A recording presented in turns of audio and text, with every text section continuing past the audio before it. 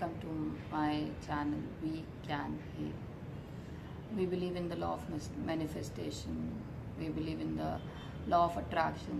और शाहरुख खान का डायलॉग भी है कि जब आप किसी चीज़ को शिद्दत से चाहते हो तो पूरी कायनात आपको उससे मिलाने में जुड़ जाती है, right? So you know that I have been writing on freedom, आज़ादी के ऊपर मैं लिखना चाह रही हूँ। तो आज़ादी बहुत सेंस में होती है। आज़ादी सिर्फ कोई भी चीज़ या कोई भी डिसीजन करने की बेबाकी नहीं होती, राइट?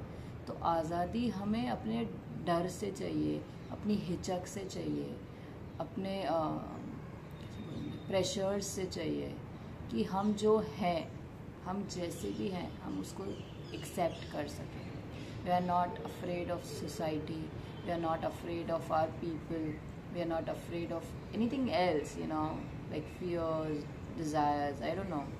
मतलब हम अपने जो बोलते हैं ना सबसे अच्छे रूप में बाहर आ सकें, वो भी तो आज़ादी है।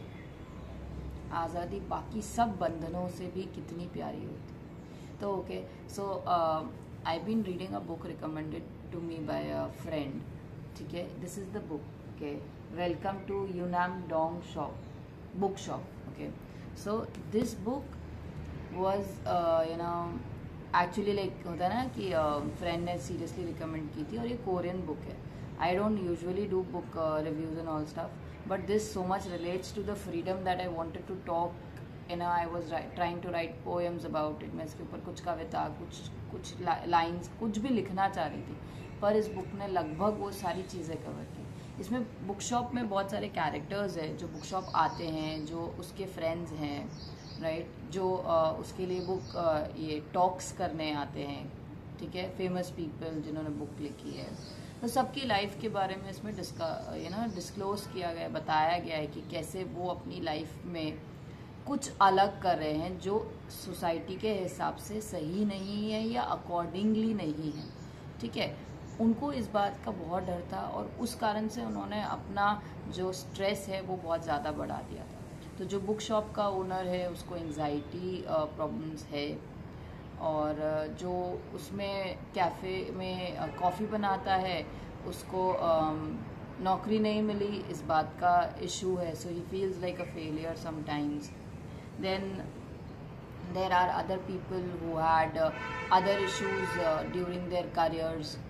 Then there's someone who's dealing with marital issues, शादी से रिलेटेड अपने हस्बैंड से उनके प्रॉब्लम है। एक कैरेक्टर है जिसको अपने बच्चे की चिंता है कि वो लाइफ में क्या करेगा, पर क्योंकि वो टीनेजर है तो वो सुनता नहीं है, तो टिप्स होते हैं, राइट? तो उसको कैसे समझा सकते हैं without being too motherly and without you know थोड़ा सा परवाह और कंसर्न के साथ, कंसंट्रेशन के साथ हम कैसे उसको एक अच्छी राह दिखा सकते हैं और उसको एक्सेप्ट कर सकते हैं। लास्ट में वो जो बच्चा है, जो टीनेजर है, वो यूनिवर्सिटी नहीं जाता है, और उसके मम्मा पापा बहुत डिफ़िकल्टी से उस चीज़ को एक्सेप्ट कर पाते हैं। But when they accept, they are free.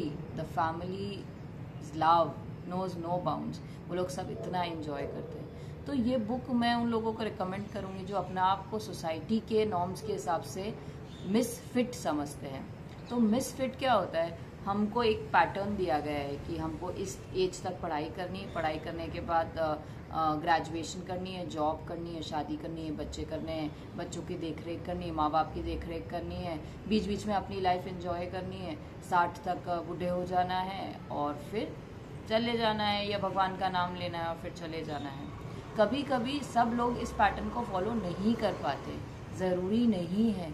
आज़ादी, freedom to follow your own path. इसमें बहुत सारे कैरेक्टर्स हैं जो एक एज पे एक ड्रीम देखते हैं, और जो दूसरे स्टेज पे दूसरा ड्रीम देखते हैं, तो वो उस चीज़ को भी एक्सेप्ट करते हैं। कोई अपने ड्रीम्स को नहीं जी पा रहा होता है, तो वो उस चीज़ को भी एक्सेप्ट करते हैं।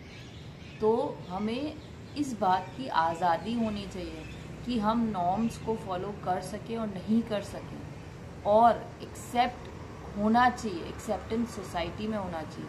क्योंकि आजकल सबसे ज़्यादा हम लोगों के अंदर anxiety, anger, depression, panic, failure वाली फीलिंग, कि हम तो फेलियर है, हम सोसाइटी के नॉर्म्स के अकॉर्डिंग जो एक ग्राफ था उसको फॉलो नहीं कर पाए, हम इस चीज़ में लेट हो गए, इस चीज़ में जल्दी हो गए, इस चीज़ में कम या ज़्यादा हो गए.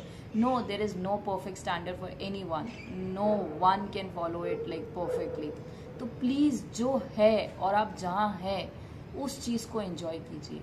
Freedom from the past, from the future, from the front, from the back, from the up, from the down.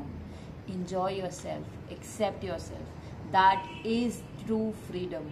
Please, please heal yourself. Please look deep within and find your own self. Find your own, जिसमें आपको सुकून मिलता है, जिससे आपको खुशी मिलती है. और ज़रूरी नहीं है जो आप ज़िंदगी भर करते आए हैं वही वो चीज़ हो. कोई भी चीज़ हो सकती है. बस अपने प्रेजेंट में जिए और अपने आप को एक्सेप्ट करने की कोशिश करें. Thank you. Please heal.